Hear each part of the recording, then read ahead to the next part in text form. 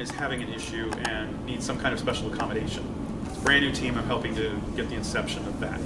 So that's kind of where I come from, what I do, what I have done, and not what I will. I have a new role probably coming next year because I've identified a need, and the convention was like, yes, we want you to do that. So the focus of this panel is twofold.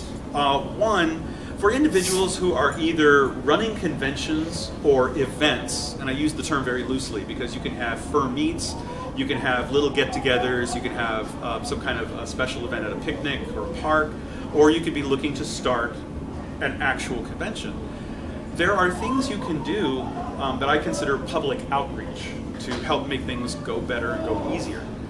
Public outreach has a couple of different facets to it. There is in-fandom outreach, or public relations, within the fandom. And then there's stuff that goes on outside of the fandom. For those that don't know what I do with Anthrocon specifically, I work in tandem and in conjunction with the city of Pittsburgh. Right now I'm working with the Pittsburgh Pirates and the Pittsburgh Penguins as the NHL and Major League Baseball franchises. We're working with Carnegie Mellon University. I deal with an organization called Visit Pittsburgh, which is their visitor and convention bureau. I work with the mayor's office and lots of other entities outside of what a lot of people would think a furry convention deals with.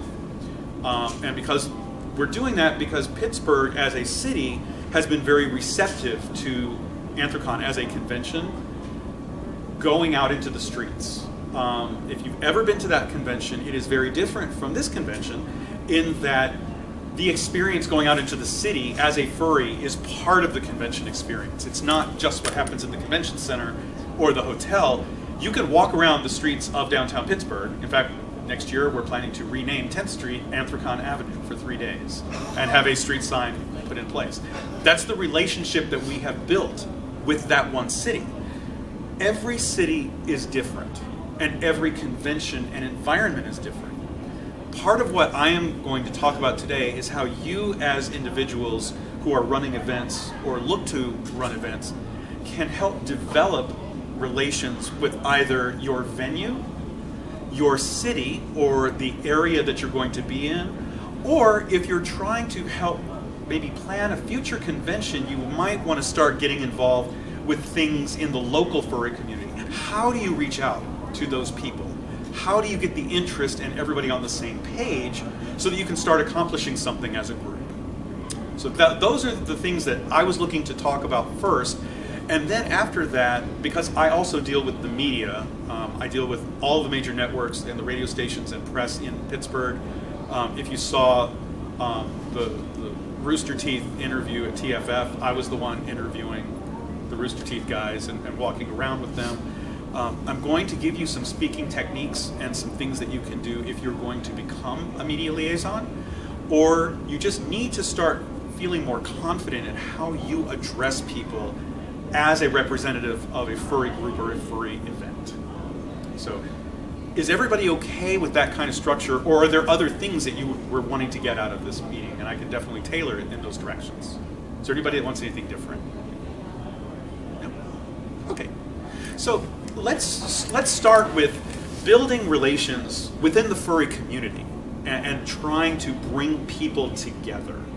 How many of you actually are involved with a fur meet, a convention, or are planning to put something together and you're looking for guidance? Okay, what area of the country or what city are you looking to go into? Maryland. Baltimore? Okay, so I know there are groups of furries in Maryland. There are several, and I believe Furthermore is one of the conventions. Actually, Furthermore, it's just outside Washington. Right. So, like I said, there was a convention in the Baltimore area. So what that would tell me is there is actually enough of a vibrant community or there's enough people in the area where you can organize something. Is there anybody that's looking to start something or just trying to figure something out for their area? Is there a city that you want to throw out that we can kind of use as an example? What city do y'all exist in? Us? Yeah. Ottawa. Ontario. Okay, Canada. so Canada. So there would be vast differences in terms of the culture. And that's a really good thing for us to look at in terms of comparison and contrasting. And what I do in Orlando, which is where I'm from, versus what I do in Pittsburgh, because the activities are very different. Pittsburgh is a unique situation, primarily because that city is very responsive to an organization that brings a large influx of cash into the downtown area, which normally does not see that kind of activity, and there are people for conventions going out into the streets. What normally happens, like when the G7 was in Pittsburgh, they actually stayed in the hotel and convention center and did not visit any of the local establishments. They went straight from building to building. Security was very tight. There was no economic impact to any of the local businesses.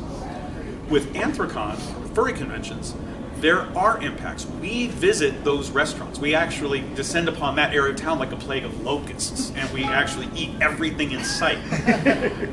There is a story where we told people, we're going to descend upon you like the plague of locusts, and there was a guy who had just started a sub and sandwich club business named Corey. He was like, do you think I should order maybe an extra 200 loaves of sandwiches? And we were like, yeah, for lunch. And he was like, really? And we said, this is Wednesday, before the convention even starts. People aren't even here yet. Gauge your business based on how you do today. That afternoon, he sent out a station wagon and came back with a station wagon filled with sandwich loaves because he was completely cleaned out just by the lunch rush on Wednesday, which had never happened to him before. So, like I said, we try to interact there with the city, and we do go to the businesses. For other cities, like Orlando, which is where I'm from, the situation is very different. There are always tourist groups and large businesses holding conferences in Orlando. Our economic impact is very small relative to other groups. The same is true here at MFF. We are a drop in the bucket to Rosemont. We are not that big of an impact relative to some of the really big conferences that come in.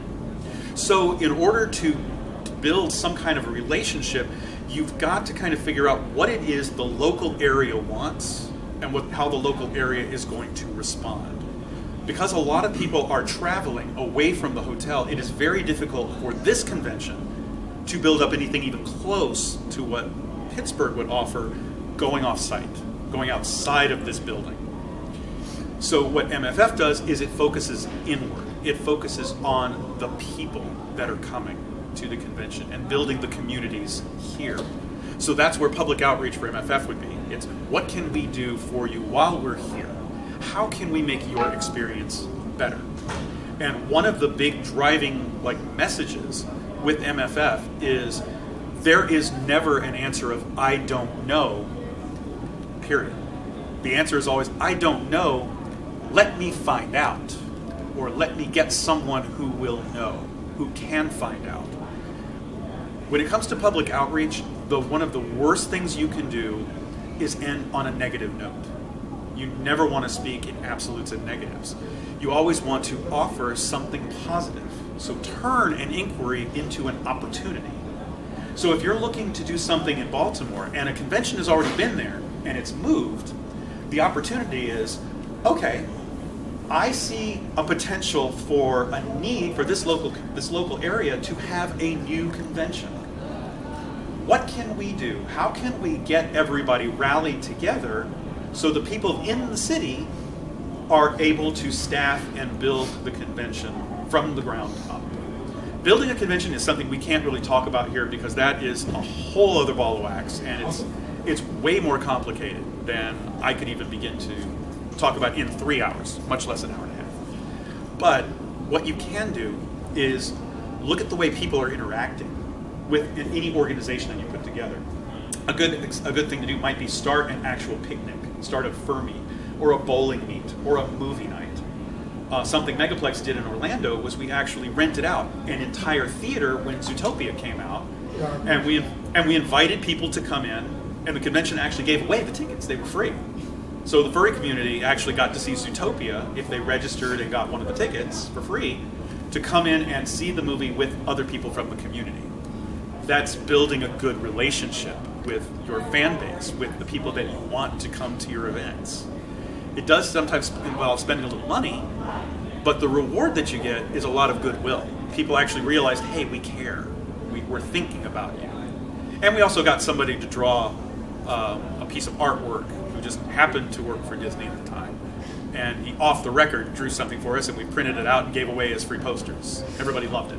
There's Nick Wilde and Judy sitting in a movie theater with their paws up on the seats in front of them. That kind of blends into another talking point, is how do you use the resources that you have available to your advantage in terms of building up things in your local community? A lot of people look at MFF or AC or FC or Biggest Little Fur Con, and they're like, how can I do anything even remotely similar to that? My answer is you don't. Because those are individual events that are tailored to the cities that they're in and the locals that knew what people in that area wanted to do. So what you want to do is think about, like if you're in Ottawa, for instance, what's one of the really big hangout things that a lot of people in Ottawa like to do? Not just furries, but people in general. What's something that they really enjoy doing? Is there a park or a shopping center or a theater or anything where everybody likes to just go? That's a good question. I have to think on that. That's the kind of thing you want to start thinking about. Is there a favorite movie house? Is there maybe a more artsy movie house that shows the non-standard films, that shows the one-offs, that maybe you could start doing the art movie night, the cinema night, and bring in people to do that? If you happen to be in an area that has a theme park, theme parks are very particular about bringing fursuits in. They don't like doing that. However, you can work out things where you can get discount tickets for your events to go as a group. You can buy group rates. That is doable. And so if you organize a thing and you say, hey, we're thinking about going to Cedar Point. We want to have a group of 20 go. Who would like to go? You can get a group rate for 20 people for a one-day pass for Cedar Point and get like maybe $20 off of each ticket.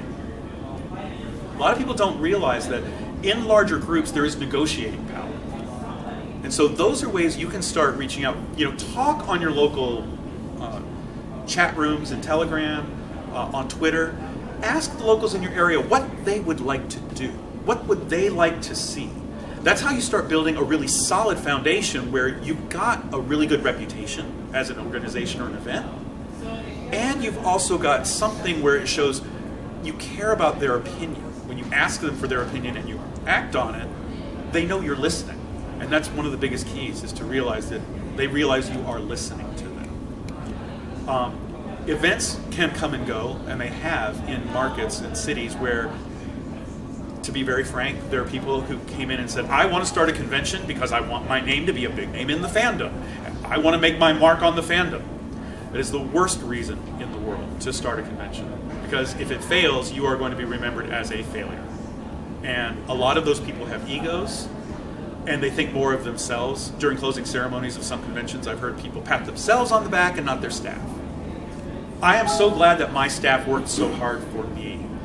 I am so glad that I brought this to you and you could enjoy it. It sounds like that those people are just feeling over-glorified on themselves, and that all the people that did the work don't count for anything. That gets people upset. It hurts their feelings, and it creates very bad will.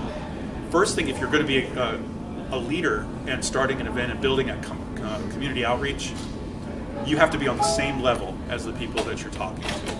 They are your friends and your colleagues. Think of them that way. This is a person that I am trying to do an event for. Should I open the door? Is it like maybe Jerry Mouse?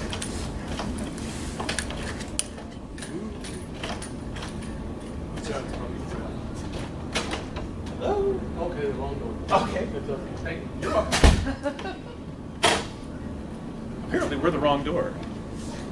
It's like Monty Hall. It's like, no, I'll take door number 2. I want the big box on the left.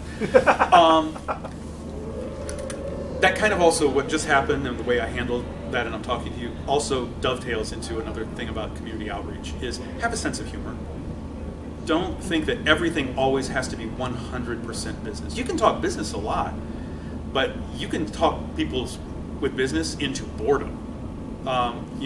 Show people that you're a human being. Yes, we're a furry, but we are people that get bored and get tired. And the last thing in the world some of us want to do is look at spreadsheets all night. it's not fun. You want your things that go out to your community to have an element of playfulness and fun with responsibility. You want to balance it. Let people know that you've got that sense of humor, that you can actually react gracefully to problems, because that will ensure your trust. They will trust you if you're not like yelling and screaming every time something seems to go wrong. Handle it with dignity and poise, and they're like, wow, those people know what they're doing. And one of the biggest rules about con running is, no matter what, never let people see you sweat. When things are going wrong, and obviously things are happening at this convention that are out of some people's control.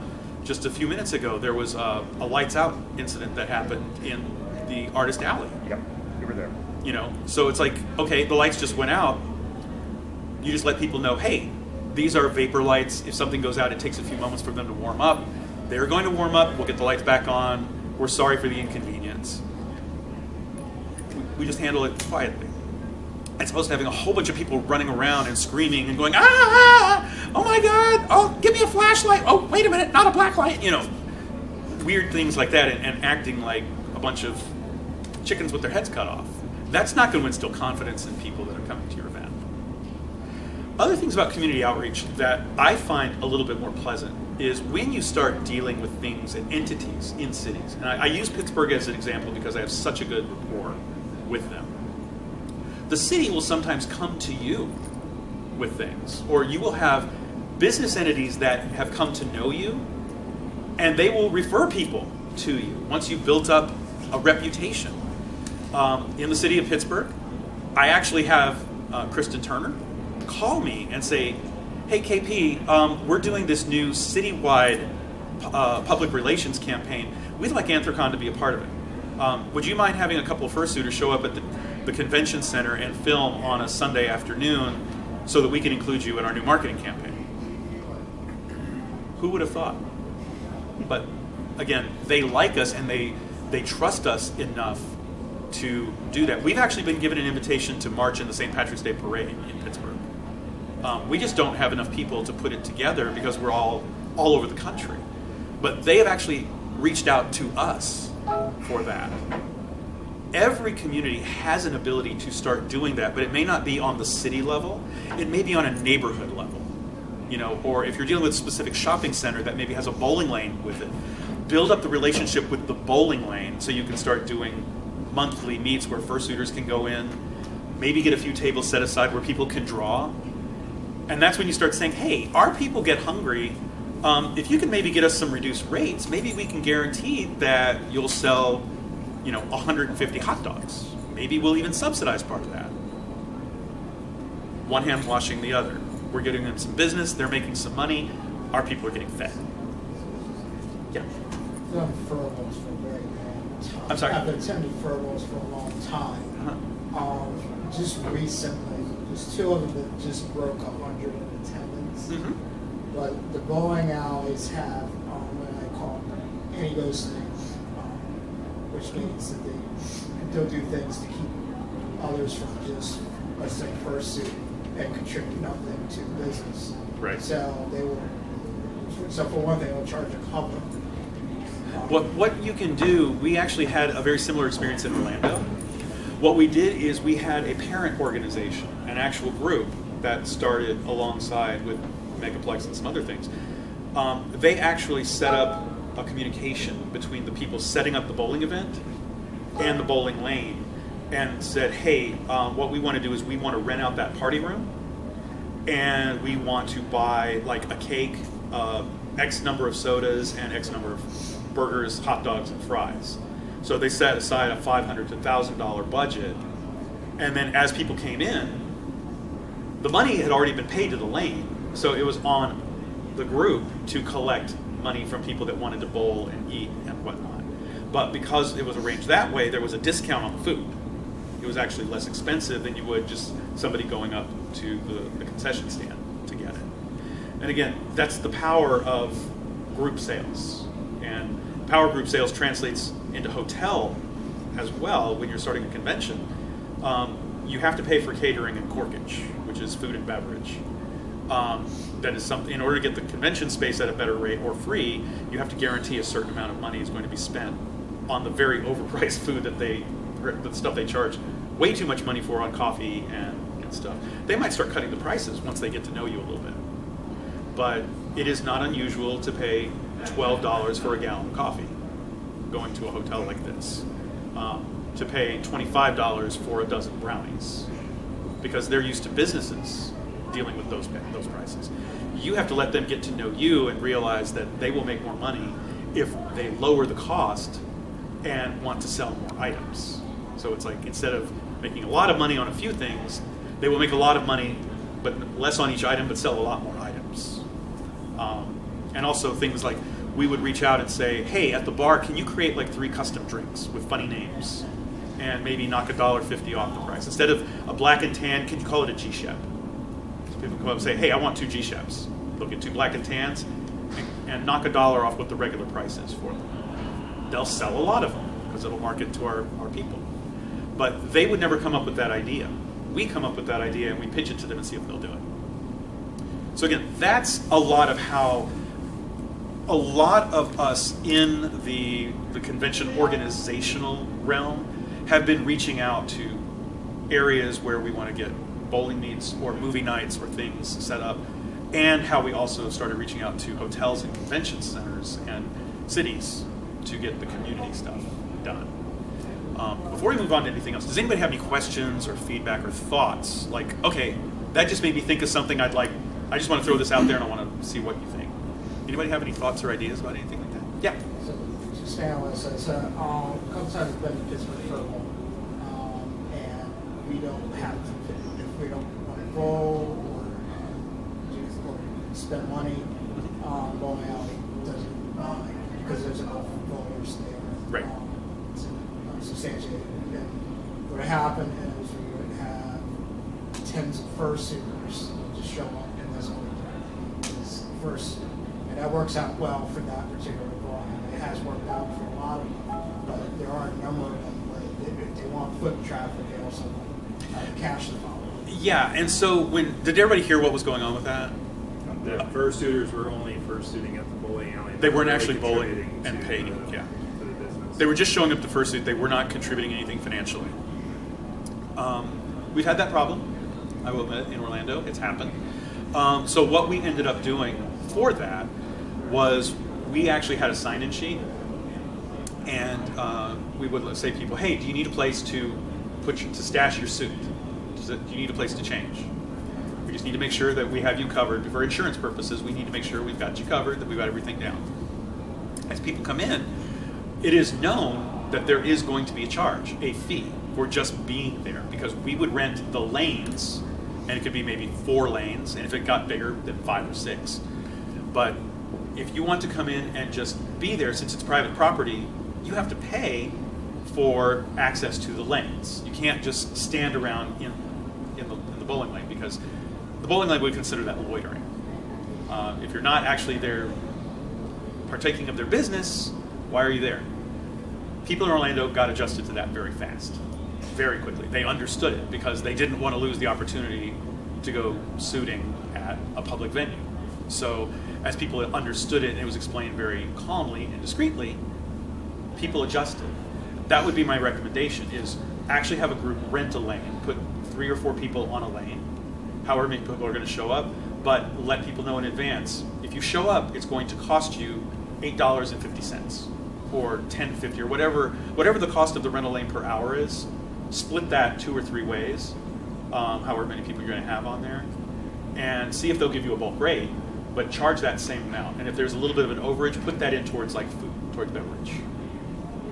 Make sense? That's how I would do it. Yeah, some of them are actually doing that. Like I said, it depends on the proprietor. Right. Some proprietors are okay with it, Some are not. Yeah. Yeah, and so like I said, a lot of it is reaching out and finding out, well, what are you okay with? What works for you? And then you put that in your Telegram chat. Like, okay, they've had some problems in the past. This is the solution they've come up with. This is how we're going to try this and see how it works. And like I said, you'd be surprised when you explain things and you're just calm and polite about it. Most people actually don't respond negatively. They respond very positively. to it because you're giving them an opportunity to do something they just normally can't do every day. Also, find out if there are interesting things that you can do that would be willing to accommodate fursuits, if that's the goal. In Orlando, there was a maze where people would go in and they could just wander around in this maze where you literally could shift just some wooden panels and it would change the design of the maze. Fursuiters absolutely loved it. The problem was some people were thinking they could just come and do it for free. And we're like, no, in order to be able to walk through the gate, you actually either have to be part of a group, so you could actually have a group scheduled to come in from X hour to X hour, and it was I think $35 for an hour of time. And so we would say if you want a group of 6 times 5 is 35. Each of you has to pay $5 plus a $2 cover charge, and we're going to make sure there's bottled water there for you. That $2 cover charge covered the cost of the bottled water, so none of us were making money off of it. We were literally creating a thing where they could go in, have some fun, and get hydrated at the end right afterwards. People thought we were thinking about them all over the place. They were like, oh, you guys really understand us. Yes, we do, but again, it's about making the goodwill. There are lots of different types of things. Escape rooms have become really, really popular, and that's not necessarily something you want to do in fursuit, but it is something you can do to build community morale. We're trying, I don't know when it's trying, always did. I'm responsible for a couple of meets where there's no fursuit. Because I said, please don't give me something that's fursuit because it's hard for me to organize a team. For starters, you need a team of people to organize. And for things like going to, just friends going to the mall, people on the television chat to go to the mall or go to a movie, it's a lot easier for me to organize. A great thing that a person in Orlando did, which worked out really, really well, it actually turned into a regular meet, was he organized a CiCi's Pizza thing. The thing is, in order to even walk into CiCi's Pizza, you've got to pay up front. There's no, unless you're having a party and you booked out a certain room, you're just going to pay I think it's like $7.50, and you get unlimited pizza, salad, and soda. That's not a bad price for, inexpensive pizza and salad and like 5 or 6 different beverages. The expectation's already there that they're going to have to pay to get in, so you say, hey, we're going to meet at CiCi's. If you guys want to be there, just make sure you know the cost is $7.50. We're going to be there at 7:30. I would say CiCi's Pizza is probably just very true. But I'm just saying, it's one example. Another is there's a Chinese Ichiban buffet that has something where you have to pay up front. That eliminates the thing, and they will usually let you put tables together so you can sit in groups. It's a great way to do things. There was also a thing called Gods and Monsters that closed, but it was at a local mall. It was a place where people could play Dungeons & Dragons or card games, and they could buy them right there in the store, or they could bring them in. Gods and Monsters actually let people just bring them in and hang out with the expectation that they might be buying some beverages or snacks at the snack bar because they didn't want to leave to go get it. If there is a local place where you can do gaming, that's a great alternative, and it really speaks to a lot of people in our community. So those are some ideas of things that you can do. And it's a great way, like I said, to build up confidence in groups that are trying to organize something down the road. I know in Houston right now, there is a group that is wanting to do the Space City FurCon initiative, and it actually spells out sci-fi. They're looking to do that, and they're doing it very slowly. They're building up the groups in Houston so that they get accustomed to meeting and seeing each other, so that when they approach a hotel, they actually know exactly how many locals are there, and they want to add like 30% for people coming in from out of town as the minimum for the first year. It's a brilliant business plan. It's a great organizational way of thinking, because they're not starting to say, I'm going to start and I'm going to have 1,000 people show up, when that may not be the case. They will have already done some local research and figure out how people are going to work and how it will all play out. That's actually pretty exciting. Pardon? That's pretty exciting, actually. I'm from Houston, actually, so. I'm originally from Houston. That's why they've asked me to kind of help with them, and that's it's a big guiding thing that I have. So I'm excited. I can't wait to see. I think they didn't do anything just because it's so hot and humid, but. A lot of people would think that, and for those that didn't hear, it's because it's hot and humid in Houston. Orlando is also hot and humid, and our convention is in August. And that's the worst time to do it. And we just had 3,600 people show up for our last convention. Biggest one we've ever had. We're actually only a couple hundred people behind Further Confusion now. and we surpassed Eurofriends. When you put together an event that people believe in and they want to be at, if you build it, they will come. So let me give you some examples of things that Megaplex did. Because Megaplex, as a convention, struggled for a number of years until we kind of rebranded ourselves. We had to do a lot of soul searching and figure out what was it that we were doing that wasn't drawing people. Because Orlando is a mecca for people to come and visit. Disney and Universal were right there down the street. You know, our hotel was literally, one of them was right across Interstate 4 from Universal Studios. At the top of the building, you could look into it and see all of the stuff going on. Why wasn't it growing? So as we started asking people, there were some perceptions, because we are in a family-friendly environment, that at the time, being too family-friendly was a bad thing. They felt like, okay, maybe this isn't for me because I don't have kids, and I'm not trying to do something for kids. So that was issue number one. Another issue was we actually had to move to Jacksonville, because at a certain point after the 9/11 thing in 2001, the Orlando hotel economy collapsed, and it was very hard for them to fill space. So they were willing to take any event they could get. 5 years later, all of that had disappeared, and the hotels were having trouble not booking space, having free space. So they basically doubled and tripled our event space costs and wanted us to double and triple the catering at exorbitant rates. We couldn't afford it, so we had to move to Jacksonville, and we found out the attendees really hated going to Jacksonville. They wanted to be in Orlando because there wasn't nearly as much to do in Jacksonville. The theme parks weren't there. A lot of their friends weren't there. It was not central to the state. The people in the south part of the state had to double their commute time. People in Miami were having to double the amount of time traveling to get to Jacksonville. People in Tampa were not happy because they didn't like the travel methods. They were almost at the point where they felt like they had to fly, because it was 3.5 hours away. Whereas, it was like a 1 hour drive to Orlando from Tampa. So we worked really hard to find a hotel that we could go back into. And then we started doing some unusual things. Megaplex likes to hyper-theme. We really delve into what can we do to give you an experience where you feel like the theme actually matters, like it's something worthwhile. So we started doing things like the Candy Factory, where instead of Oompa Loompas, we had little fuzzy critters called Derpa Derpas. And they were all over the place. We build things where people can do selfies. They're like selfie stations, but they deal with the theme. So you can put a fursuit head or a person's head into openings, and all of a sudden, like there was one for the Cops and Robbers theme where you were in jail behind bars, which were just PVC pipe, with a raccoon who was just sitting there, hands outside, face outside, body inside, and a German Shepherd, who was a cop, standing outside holding a police baton. People loved the idea that they could get their character to look like it was in jail when it was really just a PVC pipe framework. For the 50s theme, we built signage that looked like you were at a 1950s drive-in, had blinking lights with arrows pointing, saying Megaplex this way, and put that on the stage eventually. It became part of the backdrop. We do something unusual in that we value super sponsors because they seed the con early. And we came up with the idea, if you're one of the first 10 super sponsors, we're going to let you have your character included in the hall art. So on January 1st, when we open our registration, the first group of people that are registering are all super sponsors. They want that first choice to get their character on one of the posters. And then we give them a copy of that poster to take home, a smaller version of it so that it travels well.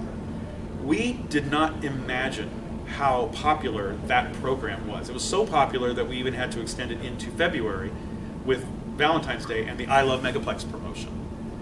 And what we did, for marketing purposes, we said, what we would like for you to do is send out through social media, Facebook or Twitter or whatever, up to 3 photographs of your favorite Megaplex memory.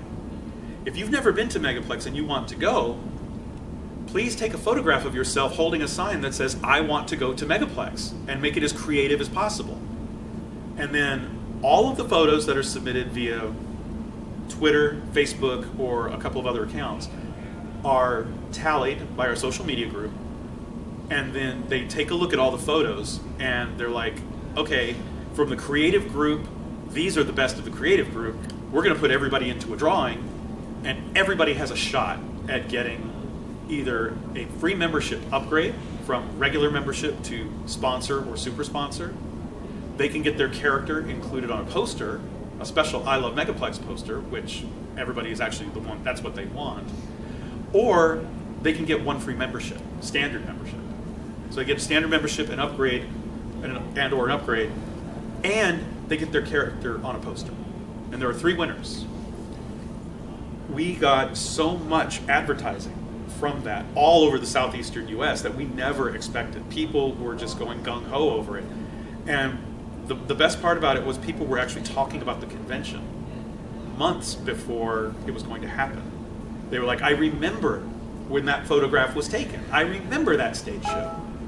And it built up this rapport between the convention and the attendees to where they felt when they walked in that door and they saw, a group of people saw their friend's character, or they walked in and saw their character on a poster right outside the main ballroom, or right outside the Headless Lounge.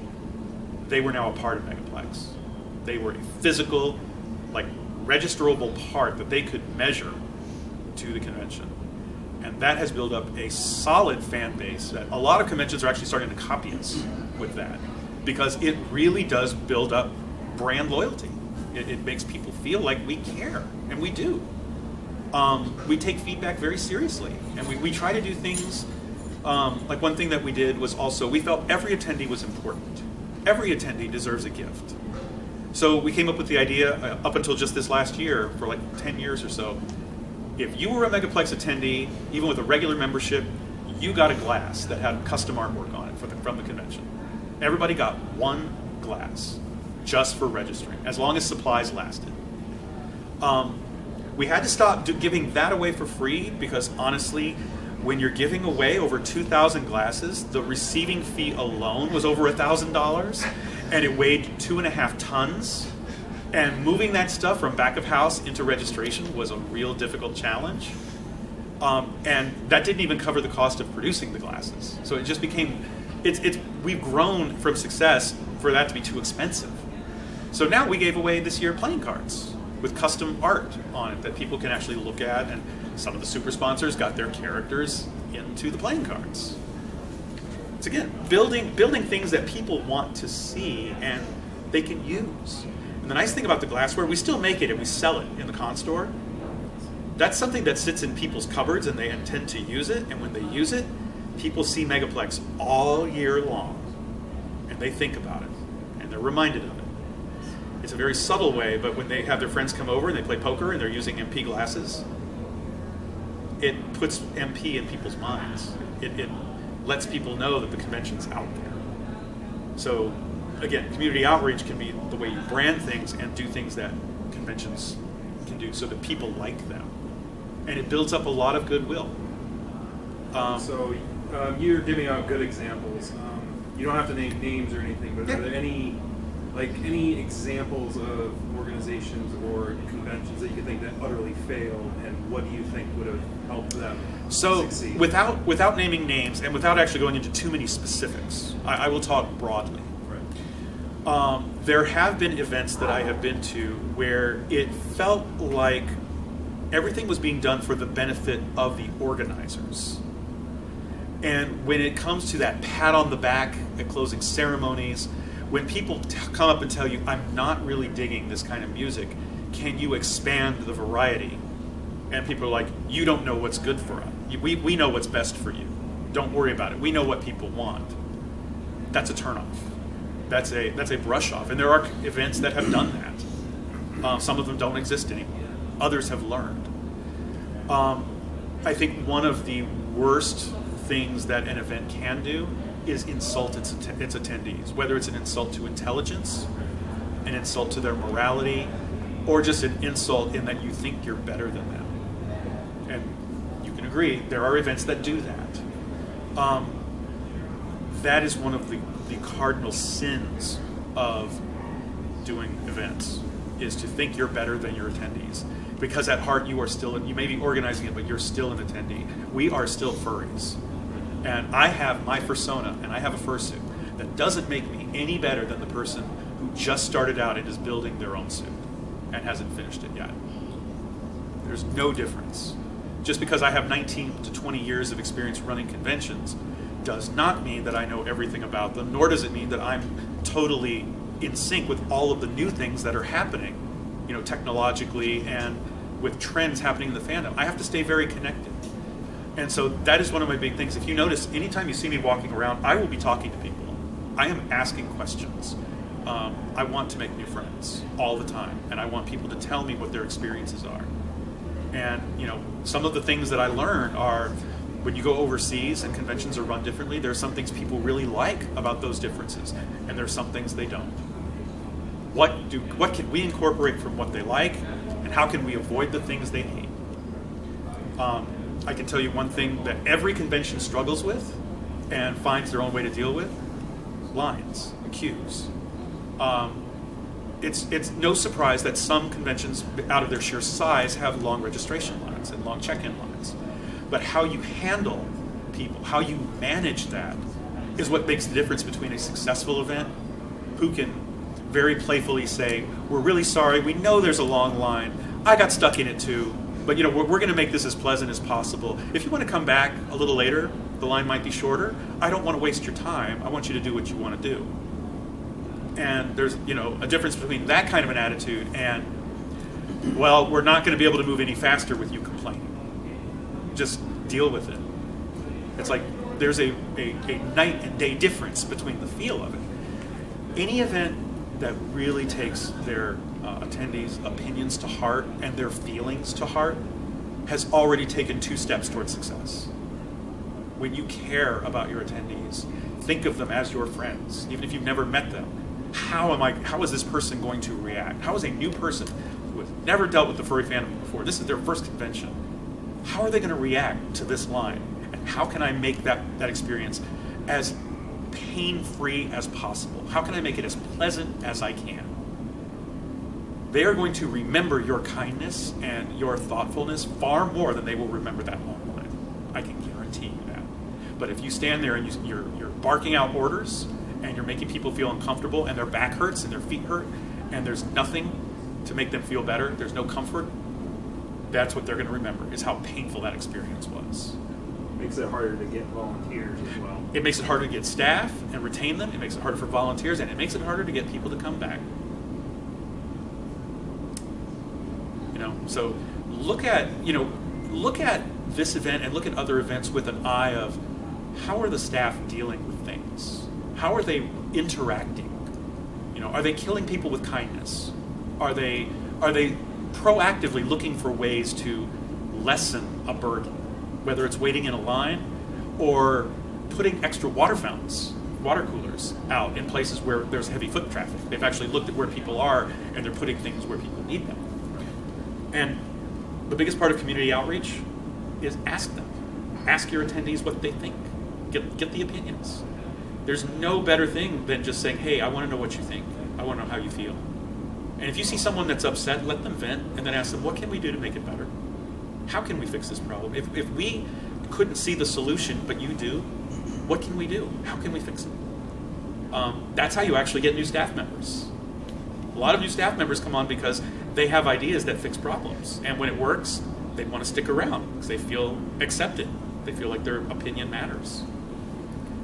I know I've been yakking for 45 minutes about that particular thing. So is there anything else y'all would like to know or ask about in terms of the outreach stuff before we go into the public speaking and the media stuff? Because that is a whole different environment all into itself. Yes? How do you deal with potential troublemakers? Because we know that every group has some people in it that maybe are... So troublemakers, this is a very hard topic to talk about because there is no right and wrong answer, because every situation is different. And I can't speak to specifics with any one convention because, again, every convention is going to handle something in a different way. If you have people that plan to come into your event and disrupt it, you want to handle it through security and through your on-site personnel, your work partner with your venue. But if you have people that are your regular attendees who are just notorious for getting drunk and raucous and it maybe cause damage, you need to like talk with your facility on how you're going to handle such a person. And if you think that they are possibly going to be evicted from a hotel because they have in the past, you need to let the hotel know and let them take a proactive stance. But you can't violate privacy.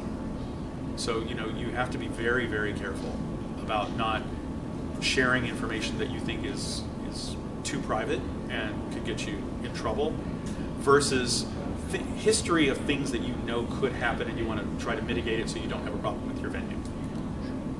And a lot of it might just be going on social media and saying, hey guys, just to remind you, we want you to have a good time. However, please be respectful of the property. We will have security roaming around to make sure that things are okay.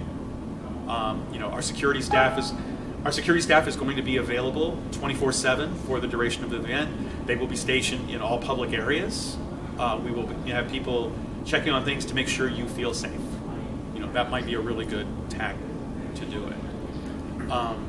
But if you know that there's trouble, if you know trouble's coming, you want to try to mitigate it in any way you can. It might be something though that you do outside of public eye. You definitely don't want to advertise that trouble could happen because then you're asking for trouble to happen. Make sense? Makes sense. And if you have specifics afterwards, I can maybe talk a little bit more to some specifics if it's appropriate. Any other questions about like how to reach out and start building that good relationship with your communities? Okay. So we're going to segue into media, and then I'm going to start doing some exercises that everybody can take part in on public speaking.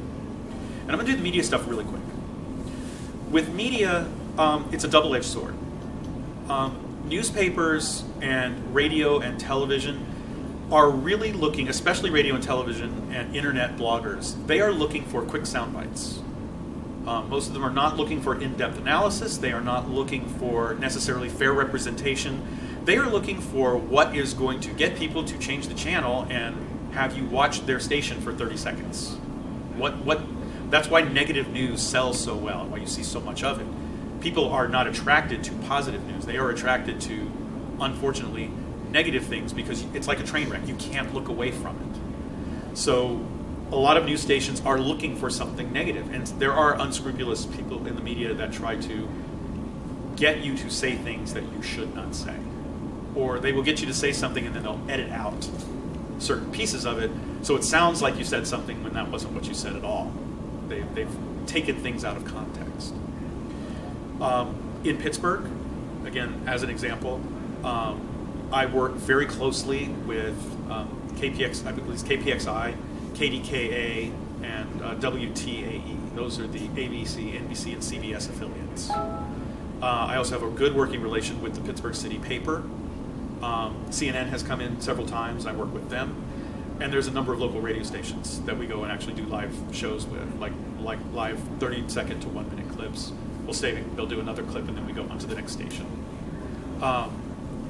When we set a lot of that up through Visit Pittsburgh, we let the city, Visitors Bureau, get us in the door there. And they managed all of the contacts. What the city found is, and what the media found is, as we started bringing in more and more visitors and more tourists, the media wanted to show more and more of what we were doing for the city, which in turn got more and more people interested in the public parade on Saturday to get 5,000 plus people show up waving banners that say, "We heart Anthrocon, we heart furries." If you've never experienced that before, that parade happens every year. That is an experience that people tell me is a once-in-a-lifetime thing. The first time you walk out onto the streets of Pittsburgh on 10th Avenue and have a crowd of thousands of people waving banners and little kids screaming because your fursuiters are just walking around. And they're waving banners saying, "We love you, we heart you." It is something that stirs a lot of people. For some people, that's the only reason they come back to AC. It's not so much the convention, it's they want to relive that moment when they felt that the public loved them, that they felt accepted. And the media, the networks, they cover that as news story. But they also know, there was a radio station that did something very bad once, and our relationship with the city fixed it. there was a particular shock jock radio station, a morning radio broadcast where they had a contest. They were going to give away some concert tickets if a person could get the most outrageous photo with a furry. That was the quest, the most outrageous photo with a furry. Not a fursuiter, because they didn't know the difference, with a furry. But everybody that listened to that station that came downtown was looking for a picture with a fursuiter. And the photo that got them in trouble was a person who punched in the stomach a fursuiter who was walking down the street, who just happened to be a senior Anthrocon staffer. The person did not want to make a big deal about it. However, when the board of directors heard about it, we took exception to it because we do not want any attendee, much less a staffer, being assaulted on the streets of Pittsburgh. We complained to Visit Pittsburgh.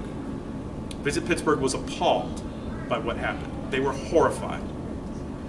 They immediately got on the phone with the mayor.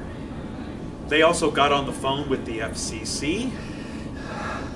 And within 1 week, there was a crew of people that did not involve furries at all city officials, that went down to that radio station with the FCC and told them that if they did not issue an immediate and full apology that lasted for at least 5 minutes, their license was being revoked.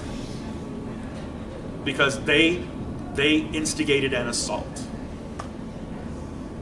That was the most humbling radio broadcast I've ever heard, because it was recorded and it was passed on to the board.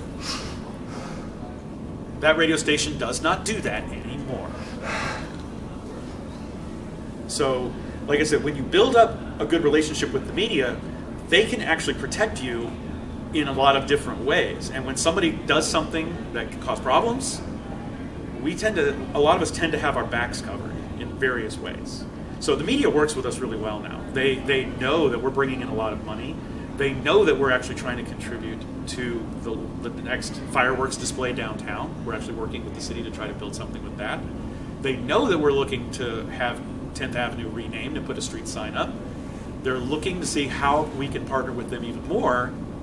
And the news media are like, what are you going to do that's going to have the biggest bang for the buck on our 30-second, newsreel? What's going to be the shiniest thing? What's going to get the whole city's attention? So they're asking Visit Pittsburgh, what are they going to do? What's next? What's the next cool thing? That's how we've built that up. But there are unscrupulous members of the media who are going to talk to you and who are going to try to get you to say something and then take it out of context and make it sound terrible. And you just have to be careful with what you say. And that's leading into the last part of this panel, is the public speaking exercise, as I call it. So what I'm going to do is I'm going to have some of you come up, and what I'm going to do is I'm going to give you an interview. I'm going to interview you. I'm going to give you a topic that you have to speak on related to the furry fandom for 30 seconds, non-stop. Also, you cannot sound like you don't know what you're doing. So you may not use filler phrases. You cannot say or any sound that is not an actual word to fill time. This is what I've been trained to do. And I'm going to give you the examples of how to do it right now. So I'm going to pick you first, because you're smiling. Come on up here. Yep, come on up. I'm going to actually have everybody do it if you're willing to. I will not have someone come up if you're uncomfortable. But I would like for all of you to see methods of things that can happen. So what I would like for you to do, your name is Fear? Fear or Fair? Fear. Okay. I don't want you to be afraid. No, that's okay. Got to stand in front of your audience. These are news reporters, and they all have a camera, and they are going to record every single word that you say. Oh, great. And part of what you say is going to appear on a broadcast on CNN. Okay. So it is going to go national. I'm going to ask you a question about the furry fandom. Okay. I'm going to give you a time, and you have to speak for 30 seconds as that soundbite, as a subject matter expert, without stammering. You can't stutter and you can't go, If you say anything like that, I'm going to start holding up a finger every time you do it. We're going to count them. Be nice. No, I'm actually going to count them in 30 seconds. Okay. So what I would like for you to speak about, I've seen that there's a lot of great artists in your artist alley. But there are a lot of people who seem to talk or seem to have art that's covered up or seems to be a little bit more mature in nature. Is there actually a bad component to this art, or is it just freedom of artistic expression? Go. Well, first of all, yes, there is an amazing amount of people out there who have a lot of creativity to offer the fandom. Some offer a lot more... Keep going. Some offer a more family-friendly side of things. Some offer a more distinctly expressive side of things. A little bit of a pause. So, a little bit of a pause. Time. Wow, that's... It goes fast, doesn't it? Yeah. So here's the thing. What I did was I put him on the spot with a subject matter that is very uncomfortable for a lot of people to talk about. And I appreciate you actually indulging me with this. It's a subject matter a lot of people are very uncomfortable talking about. However, it is a part of the fandom. So now I'm going to give you how I would have responded to that. And that was just a question that I popped out of my head. I will tell you how I would have responded to that with cameras rolling. And go. Well, you know, we do have a lot of great artists within the fandom. And there's a broad spectrum of different types of artwork. You have some people who are cartoonists. You have some people who are painters. You even have people who are musicians and writers. Art is not limited to the physical art that you think of. However, there are some individuals who do have a more adult or mature content. And that's because we're all human beings. All human beings have different kinds of interests. And our vendors are catering to various interests, whether it be cartoonists, real artists, or someone who might do what we call pinup art. That's a term that we've used for about 50 or 60 years. One of the things I would just like for you to remember is the spectrum of art is as broad as the spectrum of people that we have here at the convention. It is as diverse, as wonderful, and as expressive as the 10,000 plus individuals that you will meet this weekend. Which one sounds confident? And also, which one how did we turn the conversation from mature content into a discussion of it's just a piece of the broader picture? We actually expanded the idea of what art is. We talked about the fact that while it's a component, it's been a component of things that have been going on for 50 plus years. It's not that unusual, and it's just part of the human condition. It's not something to be ashamed of. When you don't try to hide it, but you try to turn the conversation into a more constructive and positive discussion, all of a sudden they're going to start getting more curious, but not about the things you think of. Because when I do that with people, they're like, wait a minute, you have musicians? Why, yes. As a matter of fact, there's a gentleman who lives in Scotland, and he did a GoFundMe campaign that allowed him to raise over $20,000 and get the Vienna Philharmonic Orchestra to record with him. Boom. I had no idea.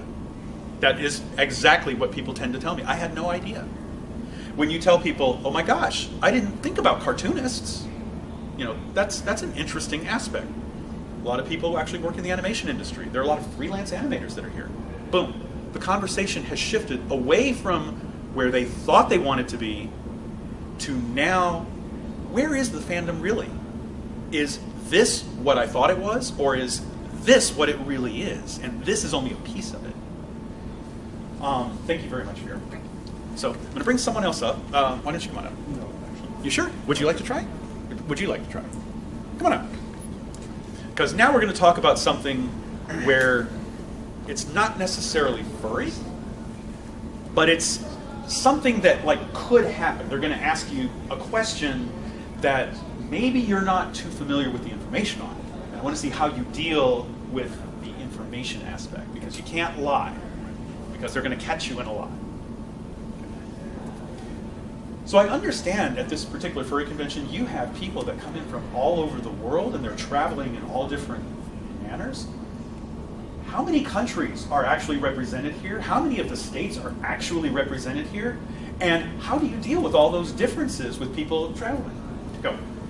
So, there's people from all over the world here, and they travel from many different countries.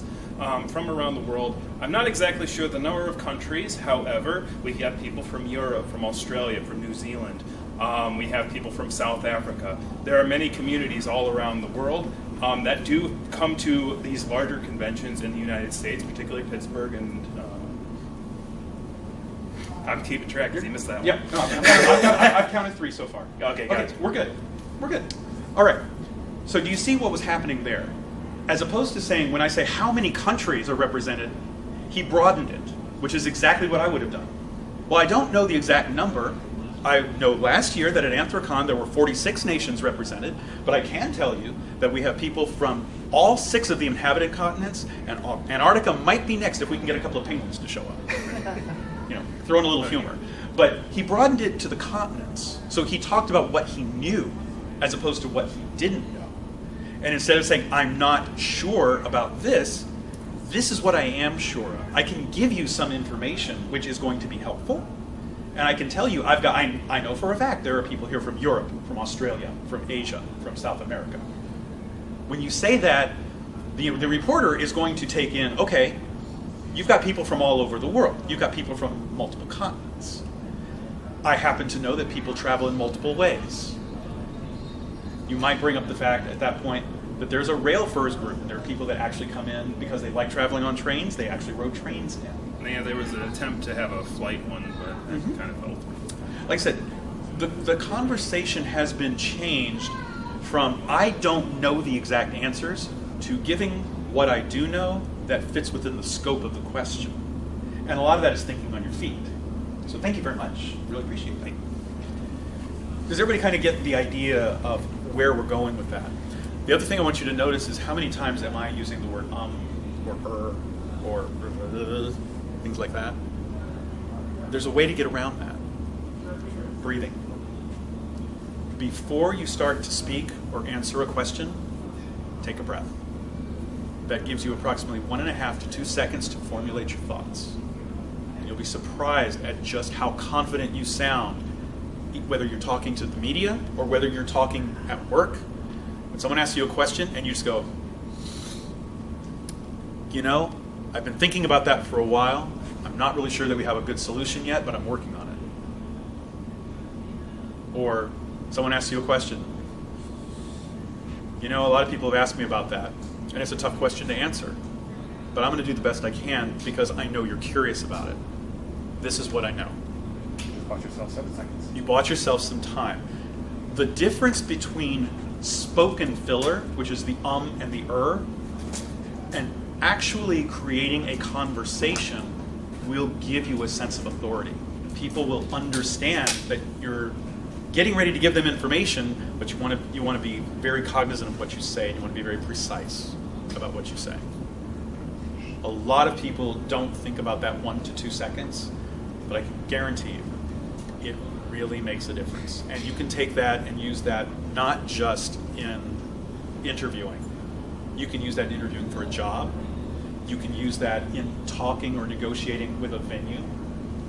You can use that just at work in your day-to-day conversations with colleagues. It really works.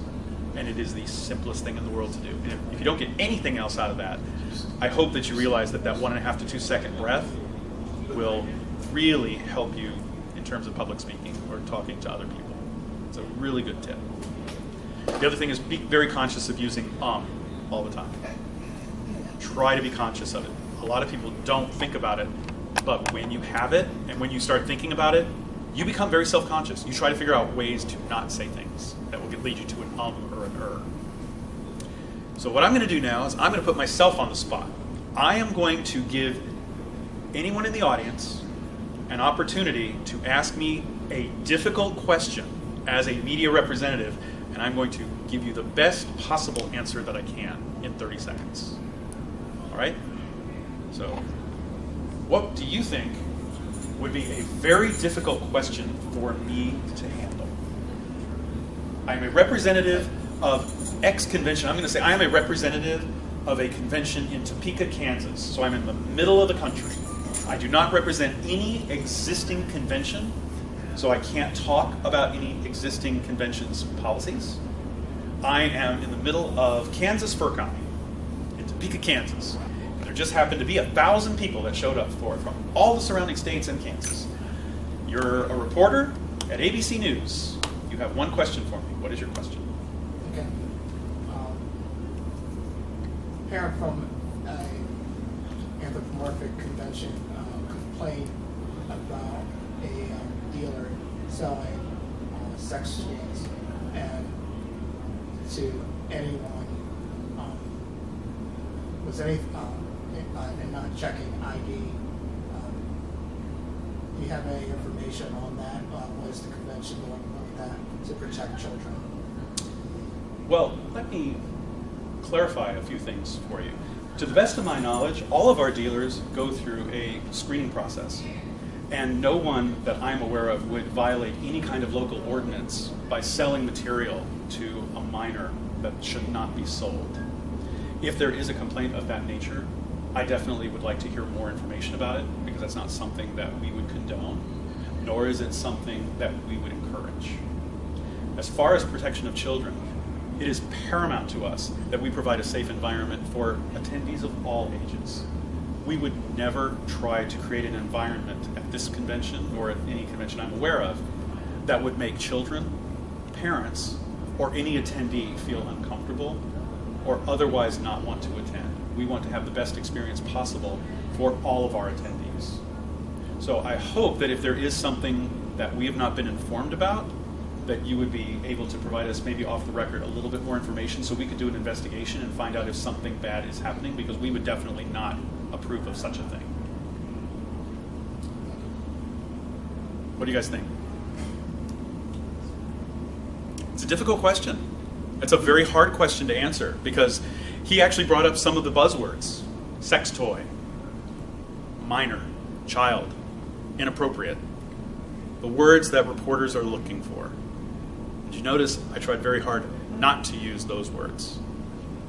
You stay away from the bad words, you stay away from the things that you should not say, and instead you focus on, well, our policies state this. I am certain that none of our vendors would intentionally or even come close to violating a policy like that. And I'm very certain that what we would like to do is make sure that this environment is great for everybody. Again, turn it into a statement of authority and positivity. So someone asks you a tough question, and there are some people that are looking to get under your skin. There are some people that would not be as polite about that, and they would be very nasty, very aggressive in terms of trying to get you to respond with anger and a lot of vitriol. Worst thing in the world you could do: stop the cameras. I'm not going to talk about this anymore. Stop it.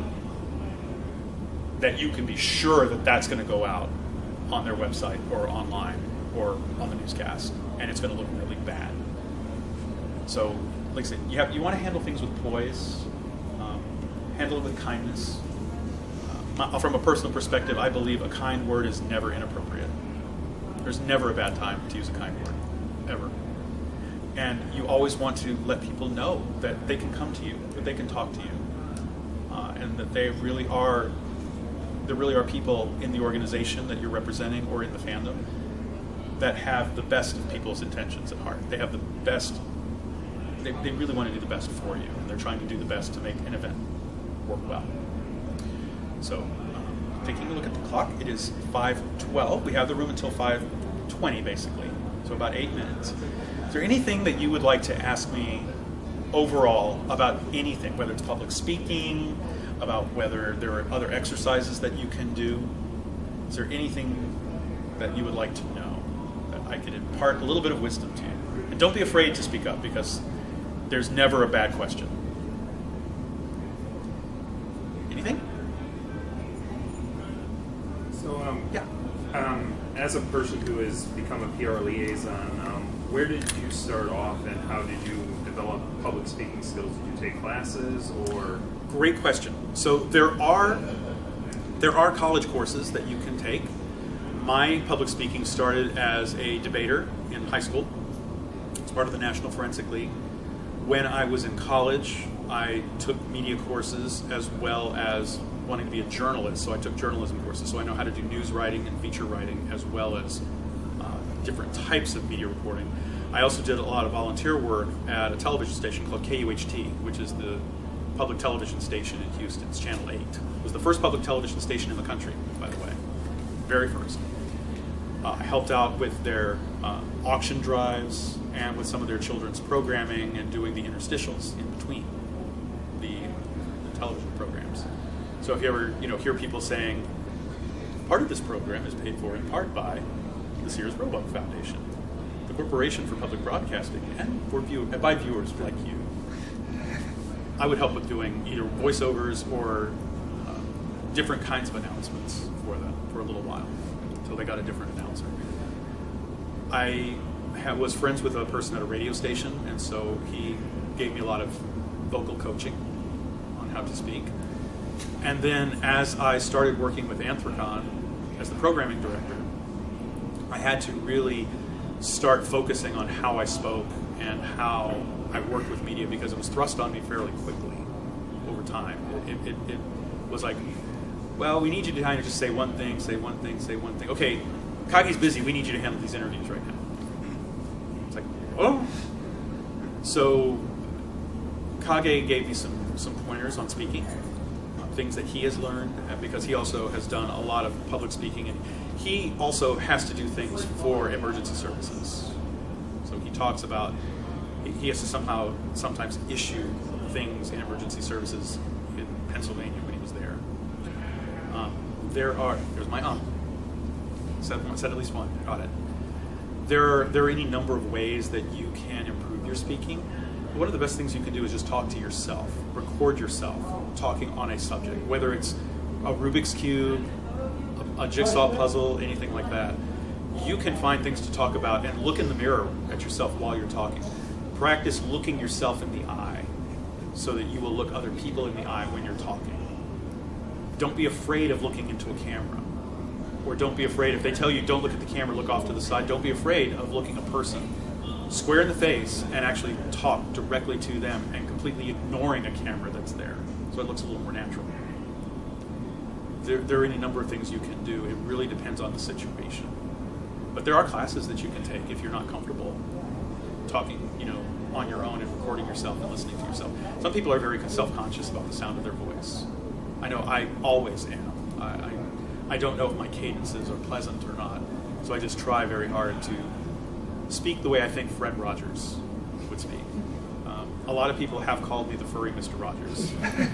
And wearing my deck shoes and my socks today, I don't know if that helps that image or not. But I think there's always a place for a good word, a clever word, and a kind word. And those are the things that will continue to help elevate the fandom along with good deeds. But we have to continue working to improve. Meow. Well, hi, Meow Meow. Are you here for the talk that I'm almost finished with? Yeah. What's the talk about? About public speaking. I'm terrible at that. Okay, just meow meow all you like. Exactly. So, any other questions? Yes. So, journalists, it's two questions. Yep. Which do you believe is easier, speaking or writing? And also, which do you think is easier, listening or reading? Okay, so for those that may not have heard, it's a two-part question. The first is, what do you think is easier, writing or speaking? And the second was, what do you think is easier, listening or reading? Listening or reading. So for the first question, I think there's not that great a difference between speaking and writing. Each one of them carries a very specific skill. With the written word does not carry inflection. So you have to be very precise with your word choice, and you don't want to put words in that are going to make people have to go back and reread it over again. Simple is best. That's a key thing for news writing, feature writing, and writing in general, is keep it simple. In terms of speaking, the thing a lot of people have to balance is the chore of, am I talking too much? Am I using the wrong words? Versus how is my tone impacting what I'm saying? Because I could stand up here with absolute authority and talk about the anthropomorphic community as a vibrant group of dissident individuals who have a variety of artistic skills. Okay, I just used a bunch of words that are making people go, huh? Dissident. I've used a lot of $5 words when a 25-cent word would have fixed it. You know, a nickel word is great. But I believed you. But if I just said the furry fandom is a great place for a lot of people to be creative, whether writing, artistry, performance, costume building, or just making friends. Which one of those can you relate better to? The spoken word and the written word have to relate to their audience. And so that's why, like I said, they're both different. I personally find, because I am a writer as well, but I find the spoken word to be easier because there is inflection. It's very easy to let people understand your intent by changing their tone. Whereas it's very difficult to do with writing. You have to use a lot of exclamation points, question marks, and punctuation marks, and hope people interpret it correctly. In terms of, let me finish this question, then I'll answer yours. In terms of which is easier, listening or reading, I think reading, for those that do not have dyslexia, reading is always going to be difficult, but it's going to be more precise. With listening, if you miss a word, you can't go back. You have to ask someone to repeat themselves. And one of the things a lot of people have trouble with is listening, and then when they get ready to speak, if the person is continuing to speak, they don't stop, and they don't continue listening. And I will qualify this also with, there's a difference between listening and understanding. You can hear a person talking, but are you really listening to what they have to say? There's a big, big difference. And if you're not hearing what they have to say, it doesn't matter if you're listening or not. The words are just going in one ear and out the other. You've got to pay attention and get to what they want to say. And Kitty, what question do you have? Does that answer your question? That was an interesting choice, because for the first question you chose speaking, and the second one reading. Yes. Again, a lot of it has to do with interpretation. Which is easier to interpret? When you're listening to someone, you have to make sure that you're completely understanding, and if you miss something, you can't. It's hard to get them to repeat it. Whereas with the written word, if you read something and you skipped over, you can go back. Whereas when you're talking about oral communication versus written communication, speaking allows you a lot of inflection. So it makes it much easier to understand a person than something that's written down. It's kind of like, why do emails get misinterpreted so much? Right. Why is it always better if people aren't understanding? Let me just get you on the phone. That's a very normal human reaction. So that's why I say it that way. Yes, Kitty, your question. Yes. How can I make my speech very expensive? How can you make your speech very expensive? Yes. You said you use $5 words instead of 25-cent words. You can make your speech very expensive by using a lot of 25-cent words, stringing them together to the point where it's absolute gobbledygook. I like that. And then you but have. I want authority. You can string together a lot of $5 words too, and make gobbledygook. However, you have to make them work together. But if you wanted to, I could sit here and actually talk about nothing for an hour. I could say a lot of words and say absolutely nothing. Has anybody ever seen The Best Little Whorehouse in Texas? It's a film where there's a challenge to a whorehouse that actually did exist, and the governor of Texas had to come in and make a statement. And the governor in this program talks to interviewers, he talks to reporters constantly. He says a lot of words, but doesn't mean a thing. And one of the way he introduces himself, and please forgive the religious reference, but it is part of a show. He says, I was just saying at the morning prayer breakfast that it behooves the Jews and the Arabs to settle their differences in a Christian manner. He just said absolutely nothing. And like when he's being interviewed by the news reporter who's trying to get the whorehouse shut down, Governor, what do you intend to do about this alleged house of ill repute? We seem to be having some acoustical problems in here. Melvin, I'm sorry.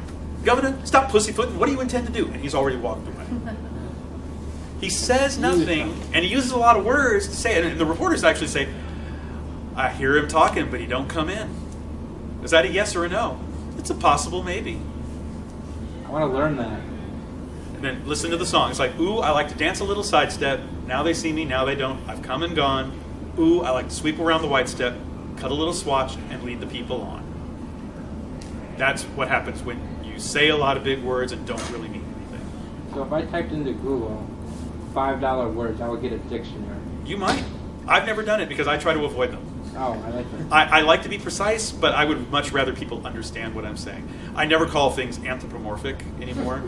I call them animals, cartoon Trash, animals. right? No, I just call them cartoon animals. Oh. People Not understand. trash. When you're talking about furry, if you say anthropomorphic, people are like, what is that?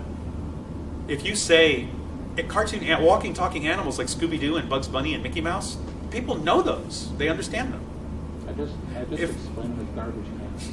The other thing, and I'm going to wrap this up, because there's one other big important thing about talking in public about the furry fandom. Never define the furry fandom or anything that you're talking about by what it is not. Define it by what it is. I'm going to give you a great example of that. It's a classic example. You know what? I love to ride my motorcycle, but I'm not like those Hells Angels. I do not run around trashing places and breaking windows, and I definitely don't create a whole lot of urban disturbances at night. No, I'm a good motorcycle rider. What images did you just put in people's heads? You just put images of people breaking glass and causing disturbances and being troublemakers. Instead, you can say, oh, I love riding my motorcycle. I love the freedom. I love the people involved. I love feeling the wind through my hair. It's a great experience. If you ever want to, I'd be happy to recommend some places where you can maybe take a course and learn how to do it yourself. Which one put a positive image in people's heads and which one put a negative image in people's heads? And the negative will stick around a lot longer than the positive will. If it takes 5 seconds, it's going to take a year or more, a lifetime, to build up a positive reputation. It takes 10 seconds to destroy it. Even if it's not true. It takes next to nothing in today's society to destroy a reputation that you worked a long time to build up. Therefore, always speak of what you are. If you want to talk about furry, we're artists of all types. We don't use the words of George Lucas or Gene Roddenberry or Miyazaki to describe what we are. We don't follow that. We create our own characters. We create art that shows different kinds of animals doing the things that we think are best in the world. We like to create our own material, and we are fans of each other. We are not fans of pre-published stuff. We create our own stuff, and we're fans of that. I have friends who are character performers. I love their character performers. We call them playfully fursuits. And I am a fan of that, as opposed to being a fan of Mickey Mouse. Because that came out of his brain, and he brought it to life. Isn't that a cool thing? How can you turn that, that is a very positive thing. You're not referencing anything negative. There's nothing stigmatic. There's that $5 word. There's nothing that gives a stigmatic image, a bad image from that. All you've done is elevate yourself and the people that you are dealing with, the people who are your friends. You have not put a bad label on anybody. And if you can carry that into everything, not just furry, but carry that into your daily lives, people will find you to be a very positive person, a person they trust and respect, and a person whose opinion they want to hear. Because they're going to know you're going to shoot straight with them, but you're not going to insult them. So I hope y'all got something good out of this. Hopefully this wasn't me just talking for an hour and a half. But if you have any questions, I'm more than happy to answer them for you. And thanks very much for coming. Thank you. I still like to describe furries as trash. I don't like to describe furries as trash. But I do. I personally don't, because I don't view any of my friends as trash. We're not I view myself as trash. None of us are discardable. Meow. Well, bark, bark. Meow, meow. Can I see what you have over here? This glowy thing? So these are kanji characters, and they put what it really spells out, which is pop. And there's a little LED on there. They have one for kitties. They have one for tigers, which is like a friend of mine. He is a tiger character, so I bought one as a Christmas gift for him. Nice. They have lion, they have wolf, they have fox. Instead of pup, they also have dog. Ew. So, come on, I am a puppy. I like dogs. I'm a kitty. Come on. I have a really beautiful border collie. I can't help it. So, did you have any questions or anything? Silver got to man, he bought me a coffee. Silver Gatoman, here is the song for thee. He likes to video all the panels at the cons. You should go and watch them whether they are short or long. Silver Gatoman, you video that's not a jibe. All of you go to his YouTube channel and like and subscribe.